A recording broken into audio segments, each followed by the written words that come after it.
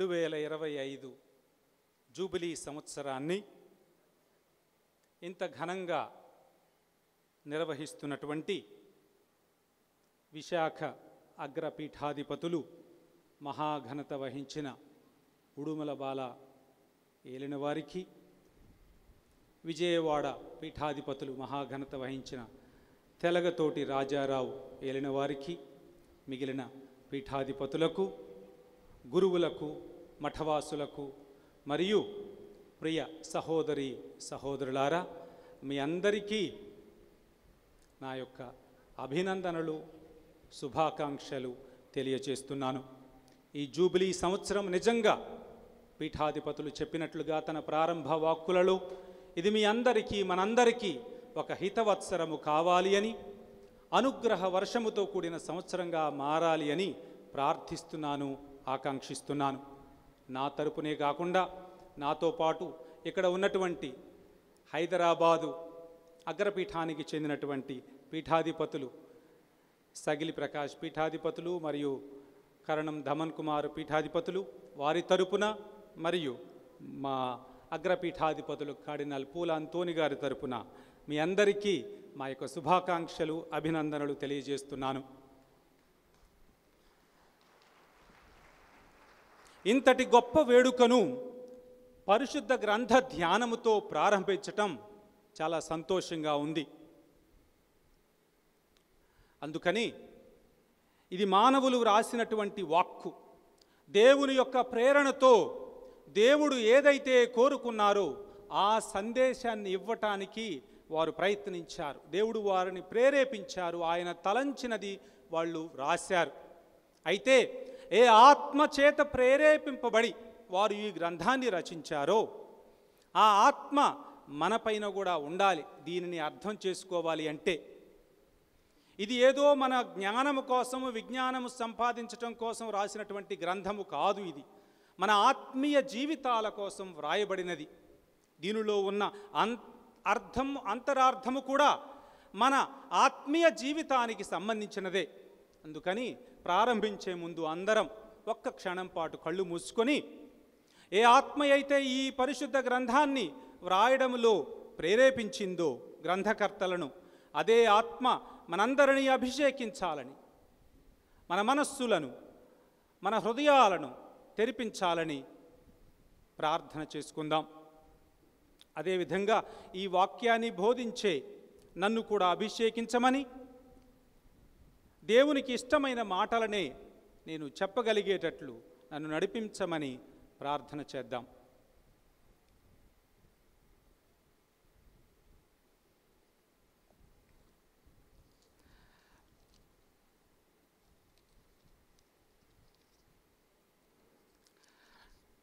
ఆదికాండము 2వ అధ్యాయము 7వ వచనం ఈ విధంగా ఉంటుంది.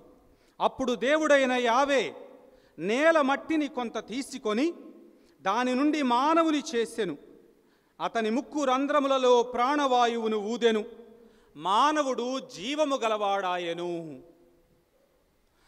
ఆత్మ శరీరముల కలయిక మనిషి అని అంటూ ఉంటాం.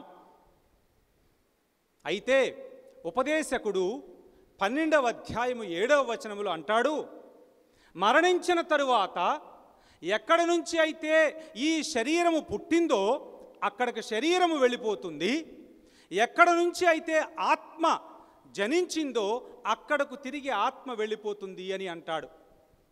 అంటే పుట్టుట గిట్టుట కొరకే అని అంటాం. అదేవిధంగా మనము చిన్నప్పటి నుంచి నేర్చుకున్నాము సంక్షేపములో, దేవుడు మనిషిని ఎందుకు సృష్టించెను? తనను ప్రేమించి సేవించి అటు వెనుక మోక్షమును పొందుటకు దేవుడు మనిషిని సృష్టించెను అని చదువుకున్నాం. అంటే మనిషి యొక్క జీవిత గమ్యం నిత్య జీవాన్ని పొందటం, ఆత్మ సాక్షాత్కారాన్ని సాధించటం, మోక్ష ప్రాప్తి. ఇది మనిషి యొక్క గమ్యం, జీవిత గమ్యం. ప్రారంభం ఉంటుంది, ఒక గమ్యం ఉంటుంది. ఈ మధ్యలో మనము యాత్రికులము, నిరీక్షిస్తూ ఉన్నాం. అందుకే హెబ్రీయులకు రాసినటువంటి పత్రిక 11వ అధ్యాయములో 1వ వచనములోనే పునీత పౌలు గారు అంటారు, విశ్వాసమనగా నిత్య జీవము ఉన్నది అని దృఢంగా నమ్మడం, నిశ్చయముగా ఉండటం. అందుకే పితామహులైనటువంటి అబ్రహాము, యాకోబు ప్రవక్తలు తాము కాంతిశీకులమనియు ఈ లోకములో యాత్రీకులమనియు జీవించారు. వారి దృష్టిని పరలోకము వైపు, దేవుని వైపు సారించి ఈ జీవితాన్ని గడిపారు అని పౌలు గారు వారి యొక్క విశ్వాసాన్ని కొనియాడతారు. అంటే ఈ లోక జీవితములో యాత్రీకులమైనటువంటి మనము ఏ విధంగా నిత్య జీవాన్ని పొందాలి, దేవుని నుంచి పొందినటువంటి ఆత్మను తిరిగి ఏ విధంగా దేవుని వద్దకు చేర్చాలి అని చేసే ప్రయత్నాన్ని ఆధ్యాత్మికత అంటాం. మనం చేసే ప్రార్థనలు, మనం చేసే పూజలు, ఇవన్నీ మన ఆత్మను తిరిగి దేవుని వద్దకు చేర్చడానికి చేసే ప్రయత్నాలు. లోకమంతటినీ జయించి నీ ఆత్మను కోల్పోతే ఏమి లాభము అని మనము సువార్తల్లో చదువుతున్నాం. అయితే ఈనాటి నా యొక్క ముఖ్య అంశము పరిశుద్ధ గ్రంథము మన ఆధ్యాత్మిక జీవితానికి పునాది, మన ఆధ్యాత్మిక జీవితానికి సోపానం, వారధి లాంటిది.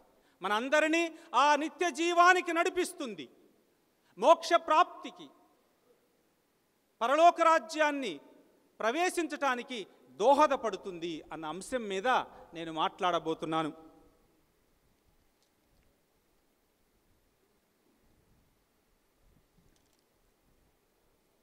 యోహాను గారు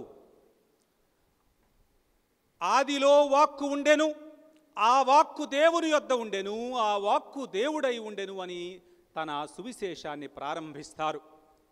యేసు ప్రభువు చేసినటువంటి బోధనలను, ఆయన చేసినటువంటి అద్భుతాలను గురించి వివరించిన తరువాత సుదీర్ఘంగా 20వ అధ్యాయము 30-31 వచనాలలో ఈ విధంగా రాస్తున్నారు. చూడండి, నేను చాలా విషయాలు రాశాను. మీకేదో యేసు ప్రభువు యొక్క జీవితము గురించి మీకు ఎక్కువ జ్ఞానాన్ని కలిగించటం కోసం కాదు నేను దీనిని రాసింది. ఆయనను గురించి రాయాలి అంటే ఇక్కడ ఉన్నటువంటి పుస్తకాలు, పేపర్లు చాలవు. కానీ నేను కొన్ని విషయాలను మాత్రమే మీకు వివరించాను. ఎందుకంటే ఈ మాటలను మీరు చదవడం ద్వారా మీలో విశ్వాసము జనించాలని, ఈ విశ్వాసము ద్వారా నిత్య జీవాన్ని పొందాలని నేను ఈ మాటలను రాశాను అని తన గ్రంథం చివరిలో చెప్తున్నారు. అంటే పరిశుద్ధ గ్రంథం యొక్క ఉద్దేశాన్ని ఆ మాటలలో వివరిస్తున్నారు.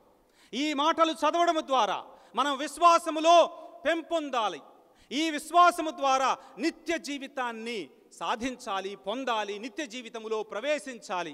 ఇది ఈ పరిశుద్ధ గ్రంథము యొక్క అంతరార్థము, దాని యొక్క ఉద్దేశం. అయితే హెబ్రీయులకు రాసినటువంటి లేఖ 5వ అధ్యాయము 12వ వచనములో పునీత పౌలు గారు కూడా ఈ పరిశుద్ధ గ్రంథము యొక్క ఉద్దేశాన్ని గురించి ఎంతో చక్కగా మాట్లాడుతున్నారు. హెబ్రీయులకు కాదు, తిమోతికి రాసినటువంటి 2వ లేఖ 16-17 వచనాలు. పరిశుద్ధ గ్రంథము యొక్క ఉద్దేశము సత్యమును బోధించుటకును,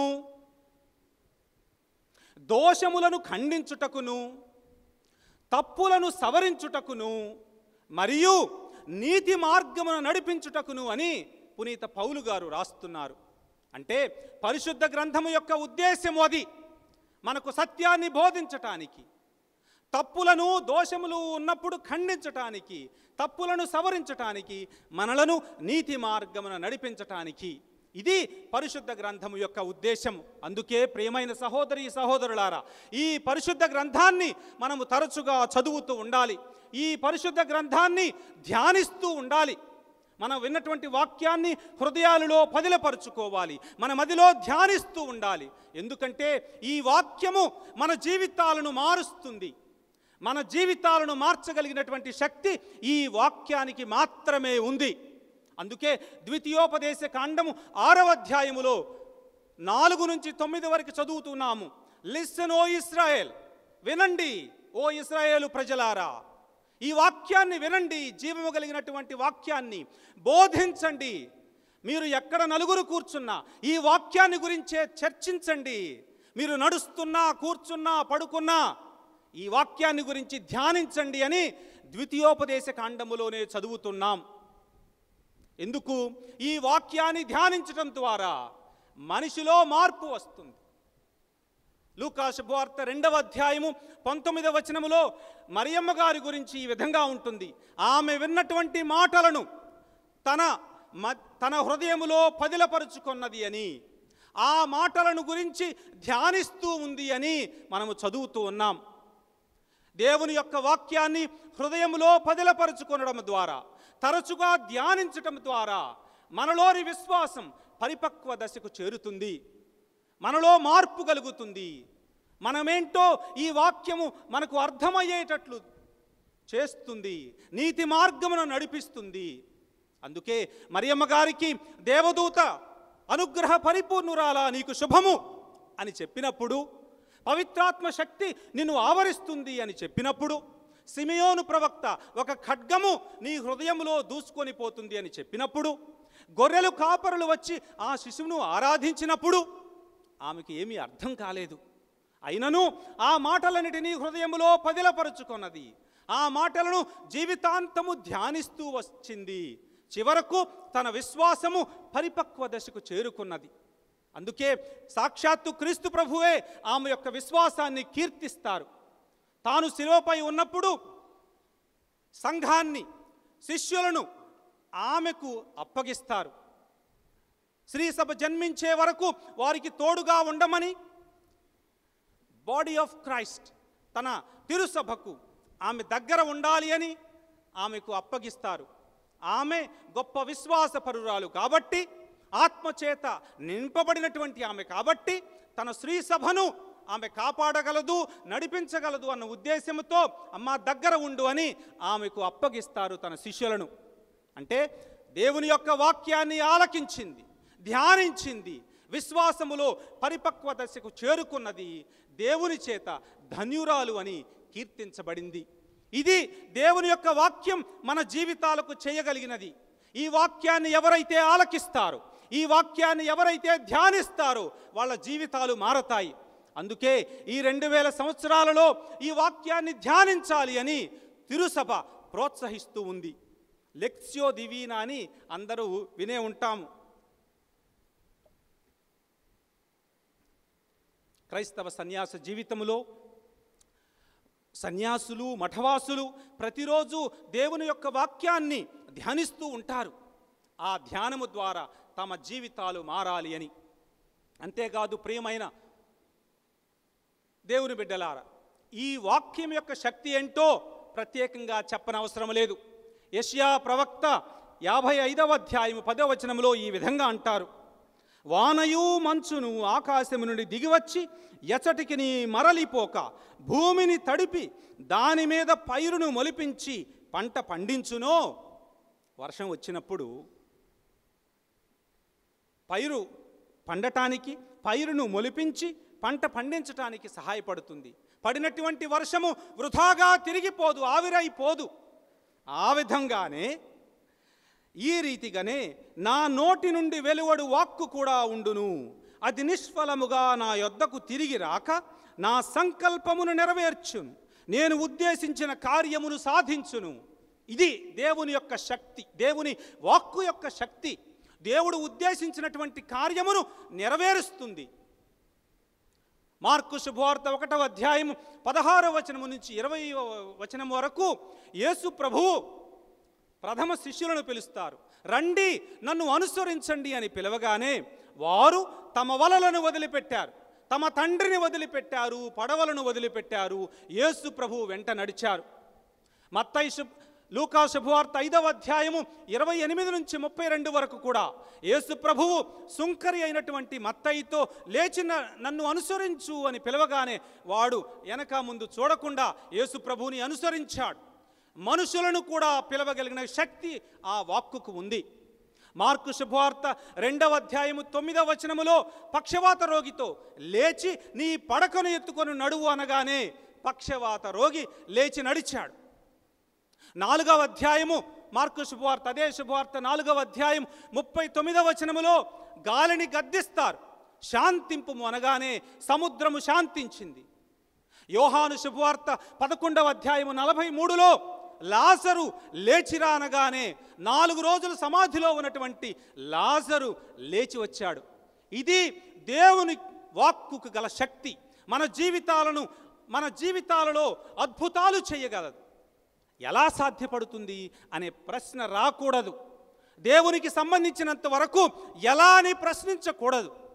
నీటిని ఏ విధంగా ద్రాక్షారసంగా మార్చారు, మృతులను ఏ విధంగా సజీవంగా లేపారు, ఇప్పుడు నేను చెప్పినటువంటి ఉదాహరణలు ఎలా జరిగింది, దేవునికి అసాధ్యమైనది ఏదియూ లేదు అని మరియమ్మ గారితో దేవదూత చెప్పాడు. అంటే దేవునికి అసాధ్యమైనది ఏదీ లేదు. ఆయన మాట ఉచ్చరించగానే ఆయన అనుకున్నది జరుగుతుంది. అదేవిధంగా యోహాను శుభవార్త 14వ అధ్యాయము 6వ వచనములో యేసు ప్రభు ఈ విధంగా అంటారు, నేనే మార్గమును సత్యమును జీవమును. నా వాక్యములో మార్గం ఉన్నది, నిత్య జీవానికి బాటలు వేసే మార్గం ఉన్నది, నా మాటలో జీవం ఉన్నది. అందుకే ఆయన యోహాను శుభవార్త 10వ అధ్యాయము 10వ వచనములో జీవమునిచ్చుటకు వచ్చాను, నేను దానిని సమృద్ధిగా ఇచ్చుటకు వచ్చాను అని అంటారు. అదే శుభవార్త 6వ అధ్యాయములో, యోహాను శుభవార్త 6వ అధ్యాయము 47వ వచనములో నన్ను విశ్వసించువాడు నిత్య జీవమును పొందును అని అంటారు. ఎవరైతే నా వాక్యమును ఆలకిస్తాడో, ఎవడైతే నా వాక్యము ప్రకారం జీవిస్తాడో వాడికి నిత్య జీవము దొరుకుతుంది, మోక్ష ప్రాప్తి లభిస్తుంది, ఆత్మ సాక్షాత్కారము కలుగుతుంది అని ఆ ప్రభువే సాక్షాత్తు వాగ్దానం చేశారు. ఈ వాక్యములో మన సమస్యలన్నిటికీ పరిష్కారం దొరుకుతుంది. సంకీర్తనాకారుడు 119వ సంకీర్తనలో 105వ వచనములో ఈ విధంగా అంటాడు, ప్రభూ నీ వాక్యము నా పాదములకు దీపము, నా మార్గమునకు వెలుగు. నేను ఎటువంటి నిర్ణయము తీసుకోవాలో, ఎటు వెళ్ళాలో నాకు నీ వాక్యము దారి చూపుతుంది అని అంటాడు. ఈ వాక్యములో జీవమున్నది, మార్గమున్నది. పిలాతు అడుగుతాడు, సత్యం అనగానేమి అనగానే ప్రభు ఏమంటారు, నేనే సత్యమును, ఐఎమ్ ద ట్రూత్. ఆయనలోనే సత్యమున్నది. మన జీవితానికి అర్థం ఆయనలోనే దొరుకుతుంది. ప్రపంచమంతా వెతుకుతాం, ఎక్కడ దొరుకుతుందో సంతోషము అని.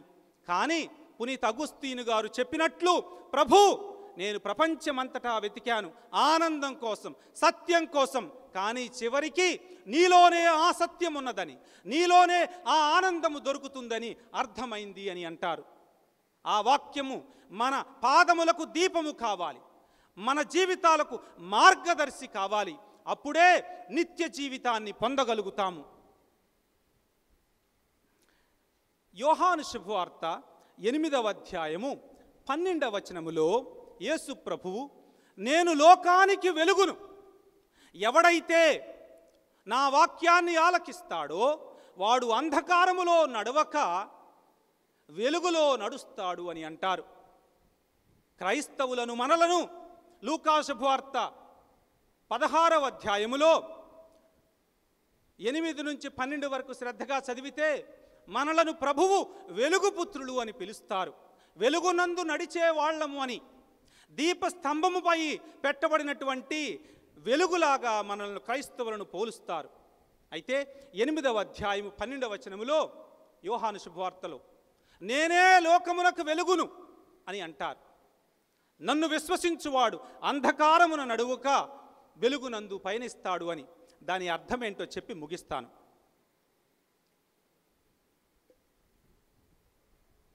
లూకా శుభవార్త 8వ అధ్యాయములో యోహాను శుభవార్త 8వ అధ్యాయములో యేసు ప్రభు యెరూషలేము వెళతారు, గూడారముల పండుగకు వెళతారు. దేవాలయములోనికి వెళ్ళి బోధిస్తున్నారు. అప్పుడు ధర్మశాస్త్ర బోధకులు, మత పెద్దలు వచ్చి, ఎవడవయ్యా నువ్వు, ఎవరిచ్చారు నీకు అధికారం, ఇంత అధికారికంగా బోధించటానికి నీకు అనుమతి ఎవరిచ్చారు, నీ అధికారం ఎక్కడి నుంచి వచ్చింది, నీ నిజస్వరూపం ఏంటి, ఎవరవు నువ్వు అని అడుగుతారు. దానికి సమాధానంగా నేను లోకానికి వెలుగును అని చెప్తారు. తన నిజస్వరూపం అది, లోకానికి వెలుగు అని హోర్ హారెట్స్ అని హీబ్రూలో అంటారు. గూడారముల పండగప్పుడు యావే దేవుడు ఇశ్రాయేలు ప్రజలను 40 సంవత్సరాల పాటు ఏ విధంగా ఎడారిలో నడిపించింది, వారు ఏ విధంగా ఆ ఎడారిలో గూడారములలో నివసించింది, వీటన్నిటినీ గుర్తు తెచ్చుకోవడానికి జరుపుకునే ఒక పండుగ. ఇందాకనే మనం విన్నాము, ఆయన రాత్రి సమయములో యెహోవా దేవుడు ఇశ్రాయేలు ప్రజలను రాత్రి సమయములో దీపస్తంభ రూపములో ఉండి వారి ముందుండి వారిని నడిపించాడు అని చదువుతూ ఉన్నాం. అయితే దీనిని గుర్తు తెచ్చుకోవడం కోసం మన దీపావళి పండుగలాగా గూడారముల పండుగ అప్పుడు వాళ్ళు యెరూషలేము పట్టణాన్ని దీపకాంతులతో నింపేవారట. దేవాలయం ముందు ఒక పెద్ద దీపస్తంభాన్ని ఉంచేవారట. అప్పుడు యేసుప్రభు అంటారు, నేను నిజమైనటువంటి లోకానికి వెలుగును అని అంటారు. నేనే లోకానికి వెలుగును, I am the light of the world. నేనే గొర్రెల కాపరిని, నేనే సత్యమును, నేనే జీవమును, నేనే పునరుత్థానము, నేనే జీవాహారమును. నేనే అంటే పరిశుద్ధ గ్రంథములో ఒక ప్రత్యేక అర్థం ఉంది. నిర్గమకాండము 3వ అధ్యాయములో మండుచున్న పొద వద్దకు మోషే సమీపించినప్పుడు అడుగుతాడు, నీవు నన్ను పంపిస్తున్నావు, ఎవరు పంపారు నిన్ను అని ఎవరైనా అడిగితే నన్నేం చెప్పమంటావు అని మోషే దేవుణ్ణి ప్రశ్నిస్తాడు. నేనే అయాం అని, నేను పంపానని చెప్పు అంటే దేవుని యొక్క పేరు నేను పరిశుద్ధ గ్రంథములో. ఈరోజు క్రీస్తు ప్రభు అంటారు, నేనే లోకానికి వెలుగును. మీరు ఏ దేవుణ్ణైతే గుర్తు తెచ్చుకుంటున్నారో ఈరోజు అదే దేవుణ్ణి మళ్ళీ మీ మధ్యకు వచ్చాను అని చెప్తున్నారు. వెలుగు అంటే పరిశుద్ధ గ్రంథములో చాలా ప్రత్యేకమైనటువంటి అర్థాలున్నాయి. ఇప్పుడు నేను ప్రస్తావించినటువంటి నిర్గమకాండము 3వ అధ్యాయములో మండుచున్న పొద దేవుని యొక్క సాన్నిధ్యానికి గుర్తు, దీపస్తంభము దేవుని యొక్క సాన్నిధ్యానికి గుర్తు. నేను దేవుణ్ణి అని క్రీస్తు ప్రభు ప్రకటిస్తున్నారు. మీరెవరు అని అడుగుతున్నారా? నేనే ఆయనను, ఐ యామ్ దట్ వన్ అని అర్థం. లోకానికి వెలుగును. అయితే ఈ వెలుగుకి కొన్ని అర్థాలున్నాయి. మొట్టమొదటిది, వెలుగు ఏం చేసింది? ఆ 40 సంవత్సరాల పాటు దీపస్తంభ రూపములో ఉంటూ వారు ముందుండి వారిని వాగ్దాన భూమి వైపుకు నడిపించింది. ఐగుప్తు బానిసత్వానికి ప్రతీక, సంకేతం. వాగ్దాన భూమి స్వేచ్ఛ స్వాతంత్ర్యానికి ప్రతీక. పాలు తేనెలకే ఒక భూమి అది. బానిసత్వానికి సంకేతమైనటువంటి భూమి ఐగుప్తు. ఈ దీపం ఏం చేసింది? వారిని బానిసత్వపు నేల నుంచి స్వాతంత్ర్యానికి నడిపించింది. ఆ రోజు దీపస్తంభము ఏ విధంగానైతే ఆ ఇశ్రాయేలు ప్రజలను బానిసత్వము నుంచి స్వాతంత్ర్యానికి నడిపించిందో, నేను కూడా మళ్ళీ మీ మధ్యలో జన్మించాను. ఎందుకు?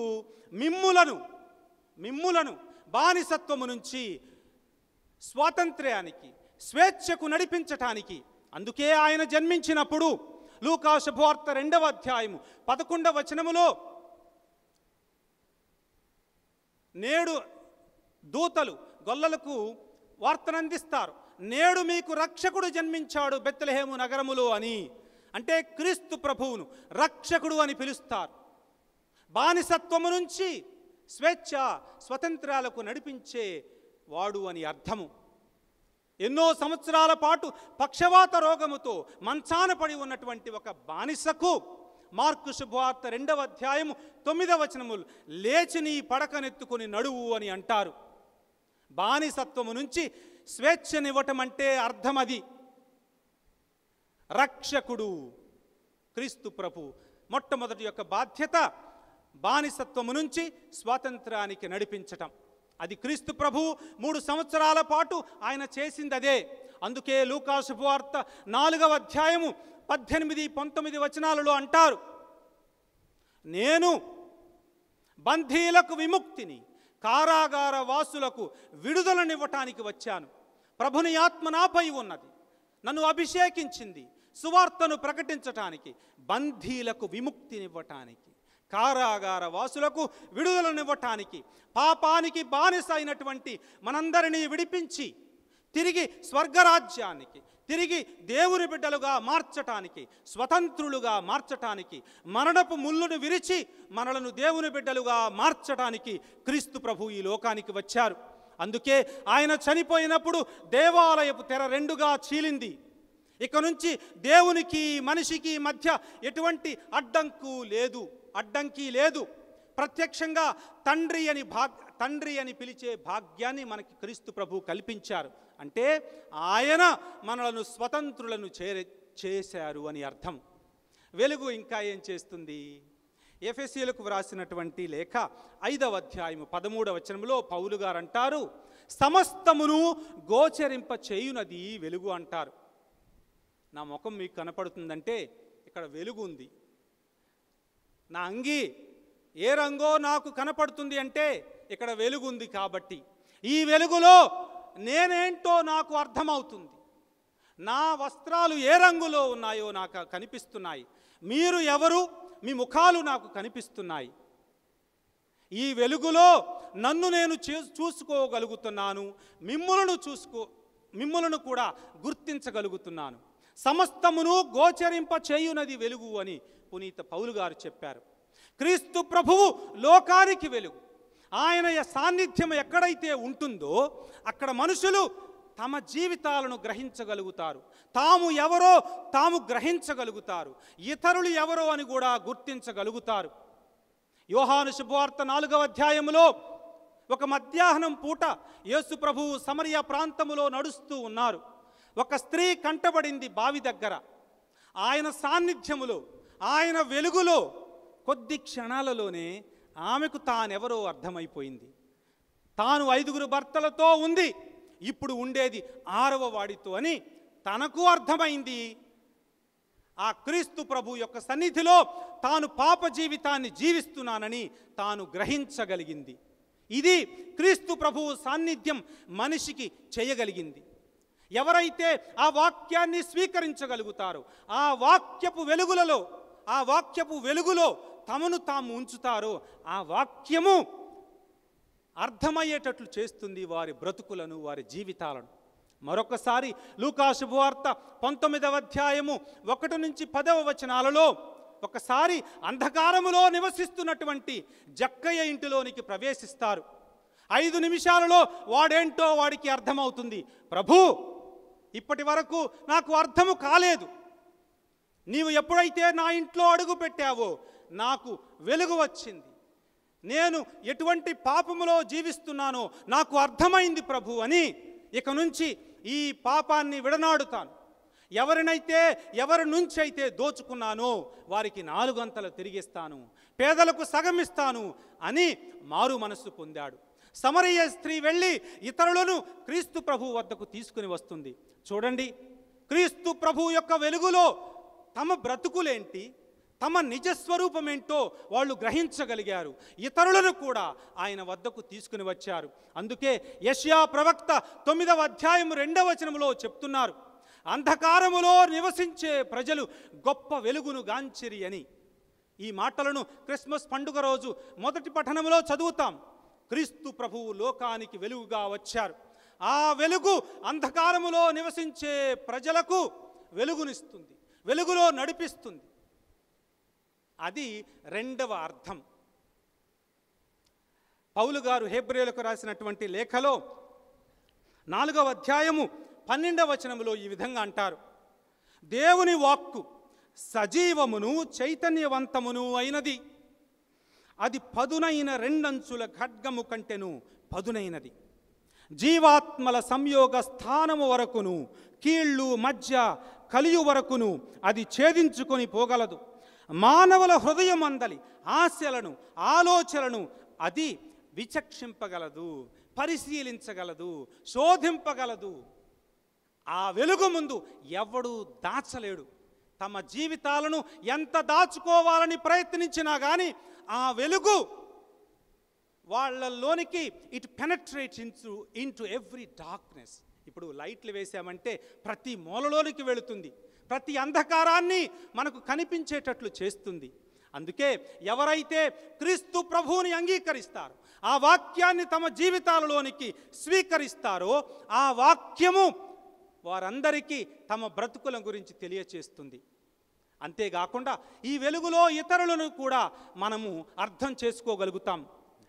లూకా శుభవార్త 15వ అధ్యాయములో తప్పిపోయిన కుమారుని ఉపమానములో పెద్ద కుమారుడు వస్తాడు. వాడు ఇంటి బయట ఉంటాడు.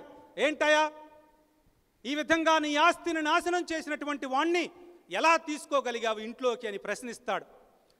ఆయన తండ్రి అని అర్థం చేసుకోలేకపోతున్నాడు. నీవు అని సంబోధిస్తాడు. తమ్ముణ్ణి వాడు అని సంబోధిస్తాడు. వాడికి అర్థం కావట్లా ఈ ముసలాయన తండ్రి అని, ఆ చిన్నవాడు తన తమ్ముడు అని. ఎందుకంటే వాడు అంధకారములో ఉన్నాడు, గేటు బయట ఉన్నాడు. అందుకే తండ్రి అంటాడు, అయ్యా నీకు అర్థం కావటం లేదు నేనెవరినో, వాడెవడో నీకు అర్థం కావడం లేదు, ముందు నీవు లోపలికి ప్రవేశించు అని ఆహ్వానిస్తాడు. తండ్రి గృహము వెలుగుతో నిండినటువంటి గృహము, ముందు లోపలికి రా నాయన అని పిలుస్తాడు. ప్రియమైన దేవుని బిడ్డలారా, ఎవరైతే ఈ యొక్క దేవుని వాక్యం అనే వెలుగు చేత ప్రసరింపబడతారో, ఈ వాక్యాన్ని అంగీకరిస్తారో, వారికి ఇతరులు కూడా అర్థమవుతారు. ఈమె నా అమ్మ, ఈయన నా తమ్ముడు, ఈయన నా తండ్రి అని గ్రహించగలుగుతారు. ఇవ్వవలసినటువంటి గౌరవం ఇస్తారు. సరైనటువంటి సంబంధాలను ఏర్పరచుకోగలుగుతారు. ఆ దేవుని యొక్క వెలుగులోనే మనము ఇతరులను గౌరవించగలుగుతాము. ఇతరులతో నిజమైనటువంటి యథార్థమైనటువంటి సంబంధాలను కూడా స్థాపించుకోగలుగుతాం. ఇక చివరిగా ఈ వెలుగు ఇంకొక అర్థం ఉంది. రాత్రి సమయములో టార్చి లైటును ముందు వేసుకొని నడుస్తాం, వెనకేసుకొని నడము. ఎందుకు? మన ముందుండి నడవాల వెలుగు. ఎక్కడ పుట్ట ఉన్నదో, ఎక్కడ ప్రమాదము పొంచి ఉన్నదో అని ఆ వెలుగు చూపించాల, ముందుండి నడుస్తుంది. అందుకే ప్రభు అంటారు, నేను మంచి గొర్రెల కాపరిని, నేను మీ ముందుండి నడిచే దేవుడను, మీరు ప్రమాదాన్ని చేరుకోకముందే నేను చేరుకుంటాను అని చెప్తున్నారు. మీరు రేపటి గురించి చింతించవలదు. ఎందుకు? మీరు రేపటికి చేరేసరికే నేను అక్కడ చేరి ఉంటాను అని యోహాను శుభవార్త 10వ అధ్యాయం 11వ వచనములో చెప్తున్నారు. నేను లోకానికి వెలుగును అని చెప్పినప్పుడు ఇది క్రీస్తు ప్రభువు యొక్క అర్థము. నేను మీ ముందుండి నడిచే దేవుడను, మిమ్మలను మీరేంటో అర్థము చేసుకునేటట్లు చేసే. అందుకని ప్రియమైన దేవుని బిడ్డలారా, ఎవరైతే ఈ వాక్యాన్ని ఆలకిస్తారో, ఈ వాక్యాన్ని అంగీకరించి ఈ వెలుగులో నడుస్తారో, వారికి నిత్య జీవము దొరుకుతుంది. ఈ వాక్కు మనందరినీ నిత్య జీవితానికి, మోక్ష ప్రాప్తికి, ఆత్మ సాక్షాత్కారానికి ఈ వాక్కే నడిపిస్తుంది, మరేదీ లేదు. ఈ వాక్కులోనే సత్యము, జీవము, మార్గము ఉన్నది. నేను చెప్పినటువంటి, ఆరంభించినటువంటిది ఆధ్యాత్మిక జీవితము, దేవుని వాక్కు. మనందరికీ నిత్య జీవాన్ని ఇవ్వటానికి ప్రభువు ఇచ్చినటువంటి వాక్యం ఇది. దీనిని చదువుదాం, దీనిని ధ్యానించుదాం. దీని వలన మనందరము మార్చబడతాం. ప్రభు మన జీవితాలలో అద్భుతాలు చేస్తారు. మరొక్కసారి నాకు ఈ అవకాశం ఇచ్చినటువంటి పీఠాధిపతులందరికీ ధన్యవాదాలు తెలియచేస్తూ ముగిస్తున్నాను. Thank you.